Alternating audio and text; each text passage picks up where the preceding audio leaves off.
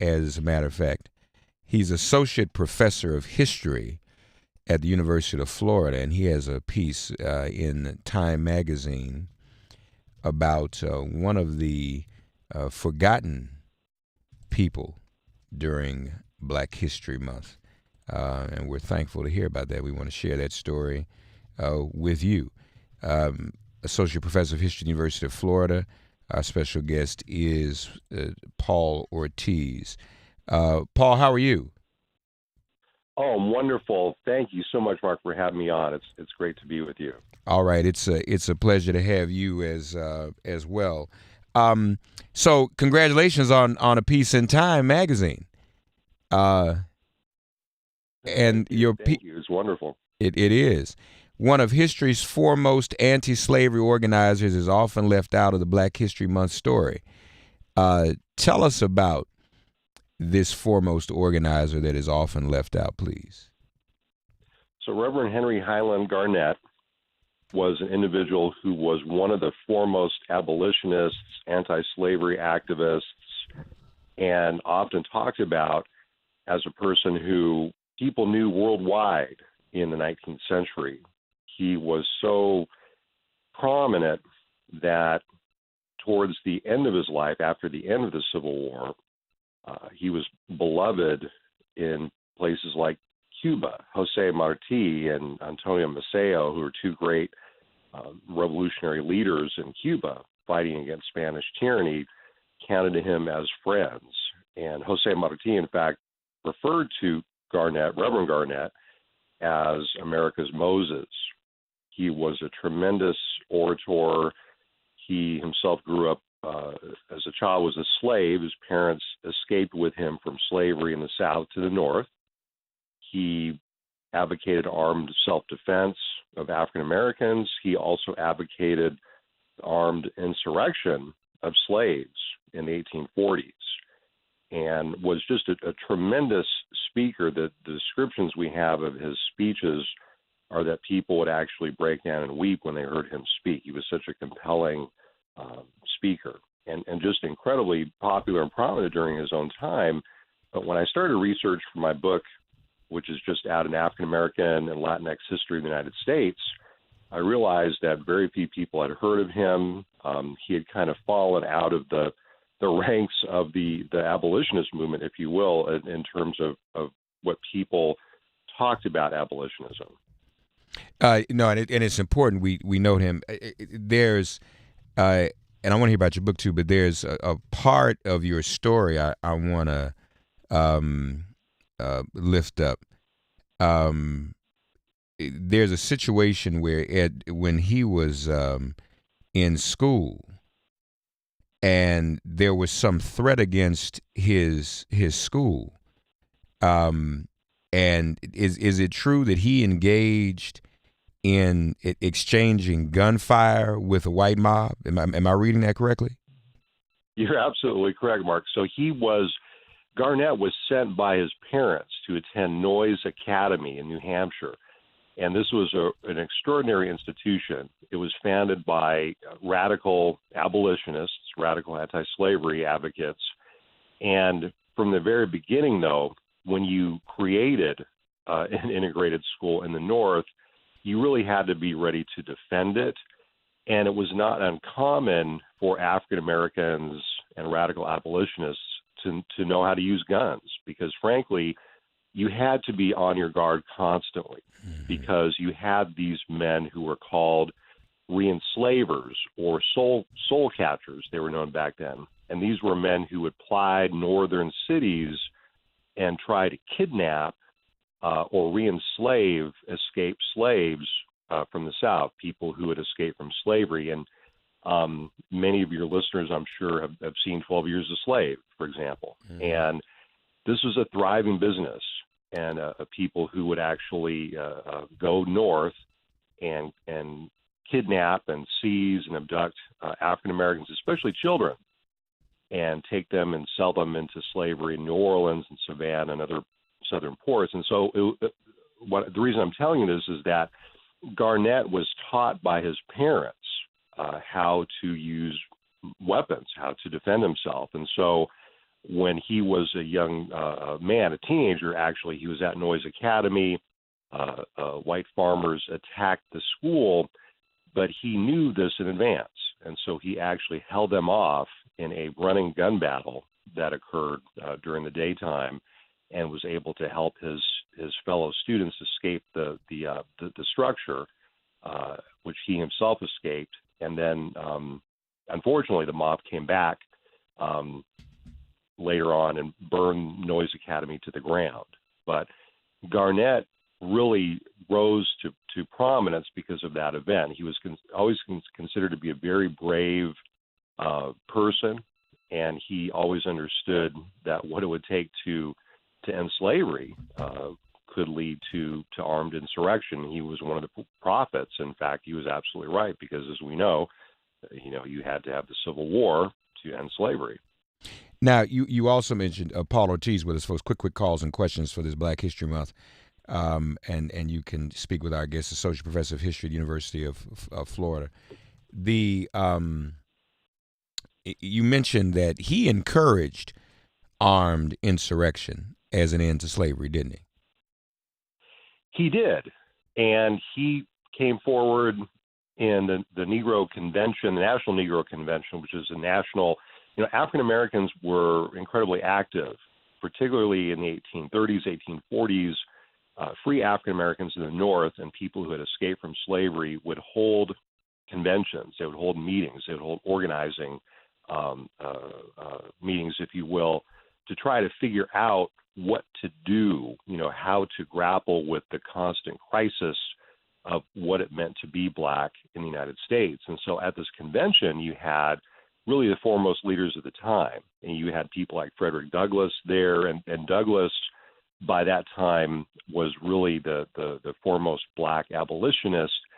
And Garnett, is really a junior person. He's a very young man. He's 27 years old. And as the older generation of abolitionists, and, by 1843, you've had abolitionism has been a thing for over half a century. And so you have to kind of picture this very young man, the very young minister, who actually comes forward in the middle of this big meeting in Buffalo and says, it's great for us to talk about morals and religion. I'm a minister myself, but we got to be honest with ourselves here. The only way we're going to end slavery is to encourage the slaves, the people, our brothers and sisters who are still in bondage, to rise up and to overthrow their oppressors. And there's no room here. We can't, moral persuasion is fine. Their campaigns we're using are fine, but they're not going to get it done. We're going to have to rise up and encourage the slaves to overthrow their masters. And it caused an upheaval in the convention. And the descriptions we have are that people wept, that people really appeared, of course, we don't have any recordings, obviously, of the event, but people really appeared to realize, yeah, this young man, this young Reverend Garnett is right, but at the same time, what is this going to mean for our movement, for the country? Frederick Douglass was opposed to the plan. It seemed to be too outrageous at the time. Mm-hmm. But it was something that really threw kind of a new, and it wasn't brand new, we should say, because other African Americans had advocated uprisings. And Garnett also, one of the amazing things that Reverend Garnett did was when David Walker's appeal was republished, Garnett, wrote the kind of preface to that and made sure it got it got wide publication. And Walker himself was a person who had advocated, by any means necessary, we'll borrow Malcolm X's phraseology, but you had a whole group of people who were beginning to move in this direction. And of course, we know what happens down the road, not too far from that moment. John Brown will lead a raid on Harper's Ferry Federal Arsenal to lead an uprising. We're talking about the Reverend Henry Highland Garnet, one of the history's foremost anti-slavery organizers on this very, very first day of African American History Month. And but it's interesting too because and you talk about your books in African American and Latinx history of the United States.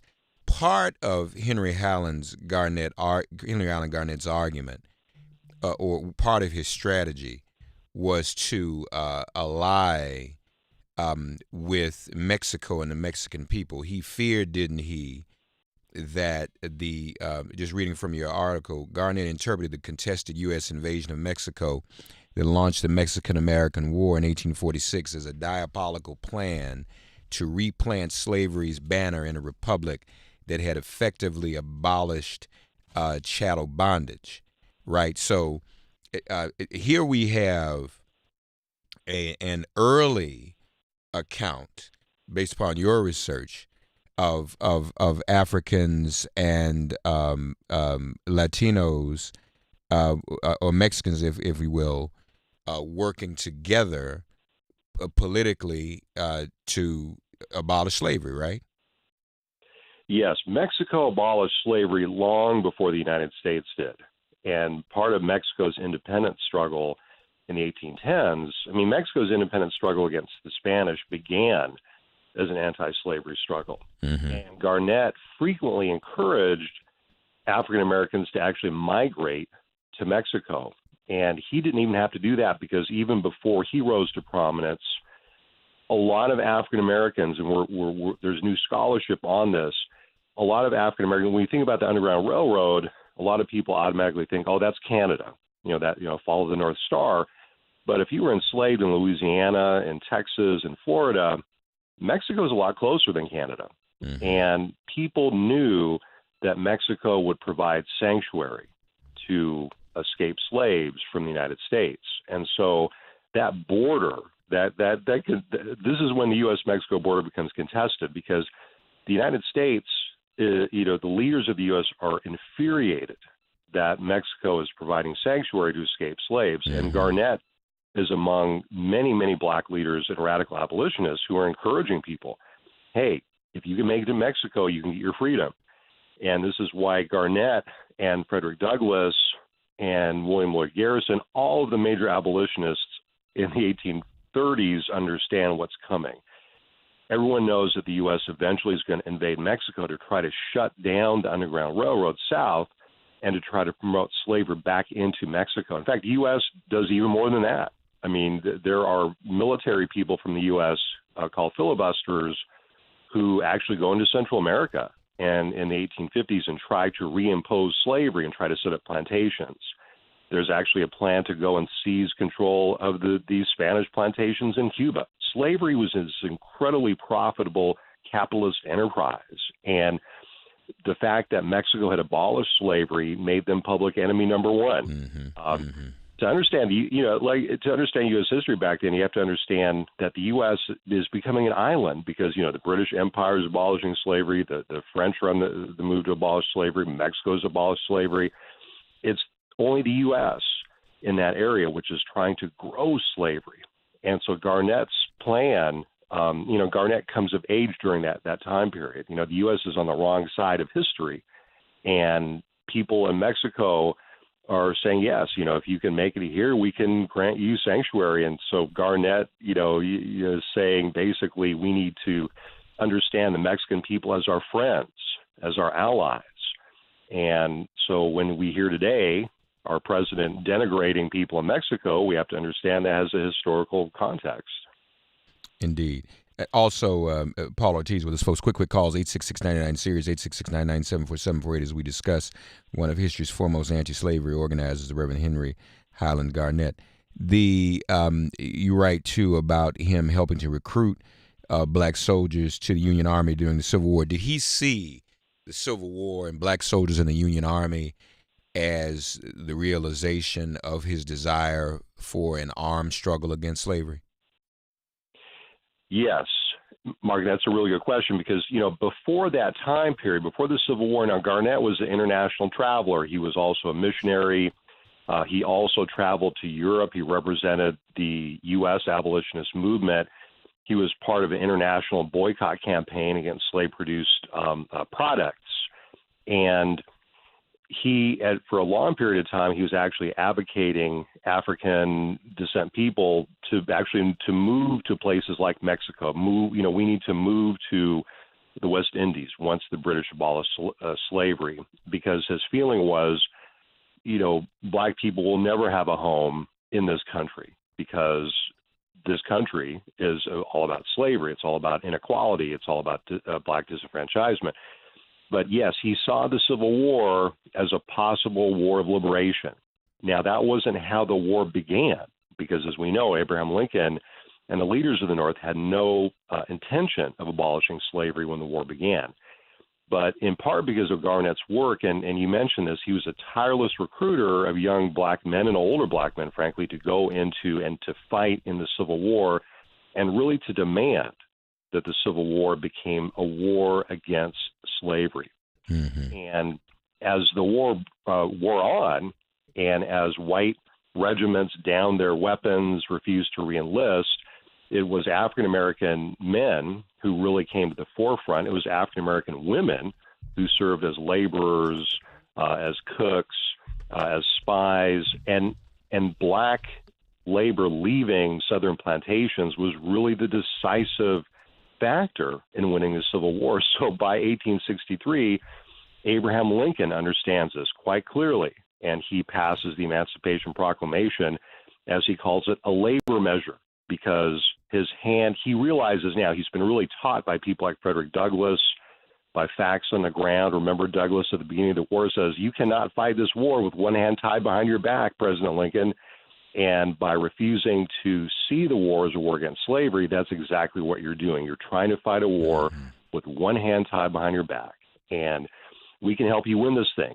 And so by 1863, Lincoln realizes Douglass and Garnett and that part of the radical abolitionist movement is exactly correct. And so Reverend Garnett becomes one of the many African-American leaders. If you're an African-American leader in 1863, more than likely, you're probably recruiting for the Union Army, because you see that war as a war of liberation, and you're trying to push the federal government to understand that. And it took a lot of push, because, again, initially, very few leaders in the North wanted to see the Civil War as a war to end slavery. Lincoln famously says, if I have to preserve, for me, saving the Union is the thing that matters. If I have to preserve slavery to do that, I'll do that.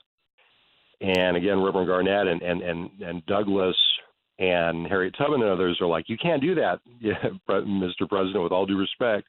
You can't save the Union and preserve slavery. It just can't be done. And so Garnett plays a critical role in that.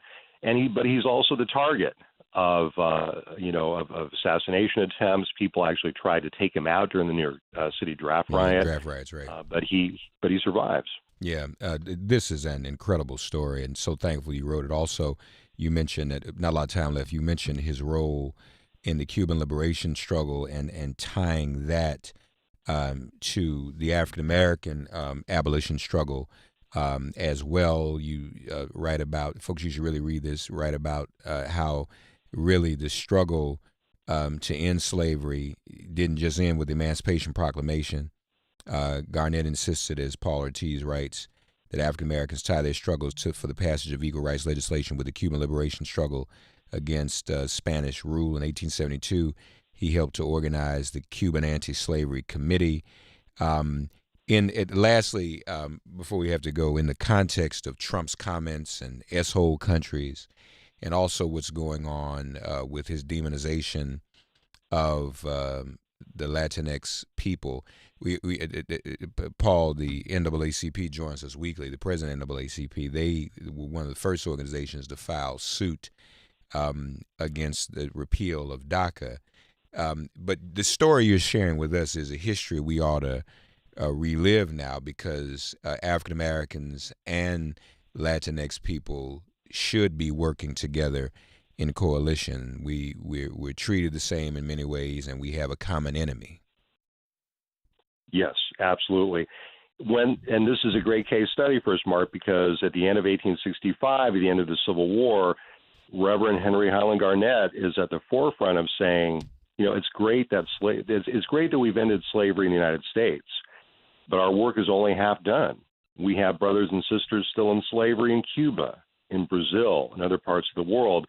And so he is a tireless advocate for making the struggle against oppression a global struggle. And many leaders like Garnett and Douglas are also clear about the role that Haiti plays in the liberation struggle. You know, That's they're right. like, Haiti has always provided a sanctuary if we could escape from the United States. We need to form allies with them, with countries like Haiti and Mexico.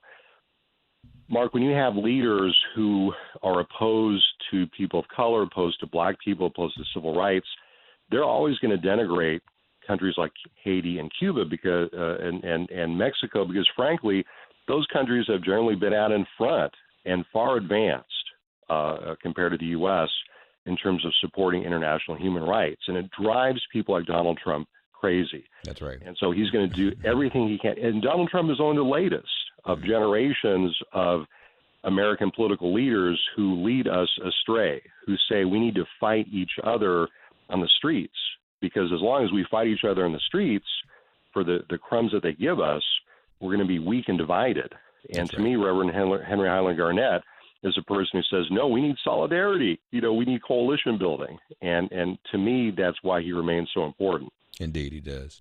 Paul Ortiz, folks, associate professor of history down in the at the University of Florida, also the author of the book just came out, right? An African American and Latinx History of the United States. It's a brand new book, right? It just came out 2 days ago on Beacon Press. All right, congratulations on that. And folks, it's very, very timely in this struggle. You know, Trump singled out Africa, Haiti, and El Salvador. And I'm sure the professor's aware. One of the elders I got a chance to spend some time around was Dr.